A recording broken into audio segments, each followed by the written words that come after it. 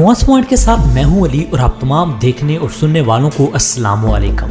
प्यारे दोस्तों, तुर्की के बारे में एक आम ख्याल पाया जाता है कि तुर्की एटमी कुव्वत नहीं और ना ही तुर्की के पास कोई एटमी हथियार मौजूद है। लेकिन इंटरनेशनल मीडिया की एक हालिया रिपोर्ट ने पूरी दुनिया को हैरानो परेशान कर रखा है, क्योंकि तुर्की वो वाहिद मुल्क है जिसने अमेरिका के 50 न्यूक्लियर हथियारों पर कब्जा कर रखा है।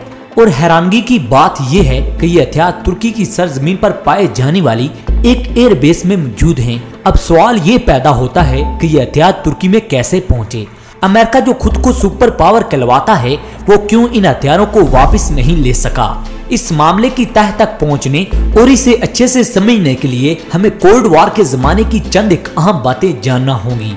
प्यारे दोस्तों, आप तारीख से अगर वाकिफ हैं तो आपको इल्म होगा कि माजी में सोवियत यूनियन दुनिया की सुपर पावर हुआ करती थी, जबकि अमेरिका इस वक्त सुपर पावर बनने के लिए सख्त जद्दोजहद कर रहा था।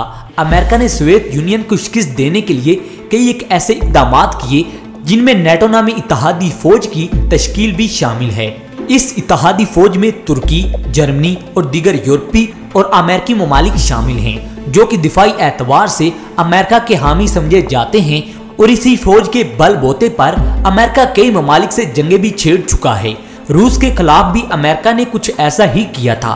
माजी में जब सोवियत यूनियन सुपर पावर हुआ करता था तो अमेरिका ने अपने तमाम इत्तेहादी ममालिक को रूस के खिलाफ लड़ने के लिए बड़े हथियार फ्राहम किए और सोवियत यूनियन टूटकर कई हिस्सों में बिखर गया। यूं सुपर पावर का ताज अमेरिका के सर पर सजाया गया। तुर्की और अमेरिका सिर्फ नेटो के मुआहदों की वजह से इत्तेहादी मुल्क समझे जाते हैं, मगर पिछले एक अरसे से ये देखा गया है कि तुर्की और अमेरिका के माबैन हालात इंतहाई कशीदा सूरत-ए-हाल अख्तियार करते जा रहे हैं। और यही वजह है कि अमेरिका इस वक्त शदीद तशवीश में मुब्तला है, क्योंकि वो तुर्की के खिलाफ किसी किस्म की कार्रवाई नहीं कर सकता। अगर वो ऐसा करता है तो उसकी अपनी सालमियत भी खतरे में पड़ सकती है, जिसकी वजह यह है कि तुर्की के पास अमेरिका के 50 न्यूक्लियर हथियार मौजूद हैं। प्यारे दोस्तों, इस हवाले से आलमी मीडिया में भी अहम तरीन खबरें छापी जा रही हैं और ये कहा जा रहा है कि अमेरिका अपनी की हुई एक गलती की वजह से बहुत ही ज्यादा परेशान है। इस हवाले से खुद भी अमेरिकी मीडिया ये रिपोर्ट पेश कर रहा है कि तुर्की ने अमेरिका के खतरनाक तरीन जोरी हथियारों पर कब्जा कर रखा है और अब तुर्की इन हथियारों को वापस करने से आरी दिखाई देता है। अमेरिका के दबाव के बावजूद तुर्की के सदर रजब तैयब उर्दुगान ने एटमी हथियारों को वापस करने से इनकार कर दिया है और ये सूरत हाल अमेरिका के लिए तबाहकुन साबित हो सकती है। और जबकि अमेरिकी हुकाम मजबूर और बेबस दिखाई देते हैं, क्योंकि वो तुर्की के खिलाफ किसी किस्म की कार्रवाई नहीं कर सकते। प्यारे दोस्तों, ये रिपोर्ट एक इंटरनेशनल टीवी चैनल वाइन ने पेश की है, जिसके बाद अमेरिकी हुकाम के हवाले से कई सवालात उठाए जा रहे हैं। अमेरिका के साबिक सदर डोनाल्ड ट्रंप ने भी इस बात का एतराफ किया है कि तुर्की की सरजमीन पर अमेरिका के एटमी हथियार मौजूद हैं और तुर्की में अमेरिका की एक मजबूत तरीन एयरबेस पाई जाती है। इस एयरबेस पर अमेरिका का होल्ड है। इनके इस बयान के बाद बड़ी हलचल पैदा हो गई थी। आलमी मीडिया ने ये सवाल उठाए कि अगर इस एयरबेस पर अमेरिका का होल्ड है तो अमेरिका इन जोरी हथियारों को वापस अपनी सरजमीन पर लाने की कोशिश क्यों नहीं करता। अगर प्यारे दोस्तों ये देखा जाए तो ये सवाल इंतहाई अहम है।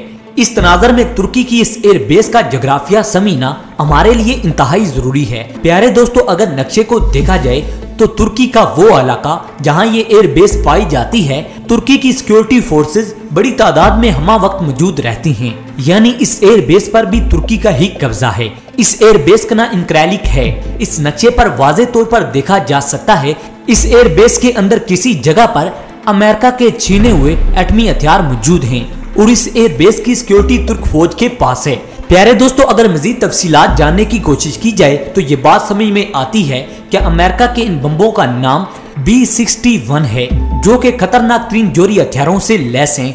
इनमें हर एक की लंबाई 12 फीट से कुछ ज्यादा बताई जाती है और ये किसी भी जंग में बड़ी तबाही का पेश खेमा साबित हो सकते हैं। जबकि इन मिसाइल्स को लॉन्च करने के लिए या किसी भी टारगेट को निशाना बनाने के लिए पूरा सिस्टम तुर्की की इस एयरबेस में फिट किया गया है। ये दिफाई निजाम तुर्की की मालकियत समझा जाता है। अमेरिका ने कभी इस दिफाई निजाम पर हक नहीं जितलाया। अमेरिका सिर्फ इस बात का एतराफ करता है कि अमेरिका के 50 न्यूक्लियर हथियार तुर्की की एयरबेस पर मौजूद हैं। इससे ये बात साबित होती है कि तुर्की ने अमेरिका के जोरी हथियारों पर कब्जा कर रखा है। और तुर्की ना अंगानी सूरत हाल में इनको इस्तेमाल भी कर सकता है।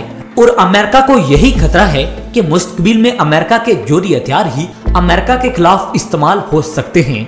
यानी तुर्की और अमेरिका की कशीदगी इंतहाई संगीन नुक्ते तक पहुंचती है तो तुर्की इन मिसाइल्स को अमेरिका पर दाग सकता है, जिससे अमेरिका का नामो निशान मिट सकता है। ये सवाल अपनी जगह कायम है कि आखिर अमेरिका के 50 जोरी हथियार तुर्की में कैसे पहुंचे। इसका जवाब कुछ यूं दिया जाता है कि जब सर्द जंग के दिनों में रूस के खिलाफ अमेरिका ने दीगर ममालिक को अपने जोरी हथियार फ्राहम किए थे, उन ममालिक में तुर्की भी शामिल था। B-61 जोरी मिसाइल्स उन दिनों में तुर्की की सरजमीन पर पहुंचाए गए और आज तुर्की ने इन पर कब्जा किया हुआ है। प्यारे दोस्तों, अगर हम ये बात कहें तो दुरुस्त होगी कि तुर्की भी जोरी मुल्क है जो कि किसी भी वक्त जोरी हथियारों को इस्तेमाल कर सकता है।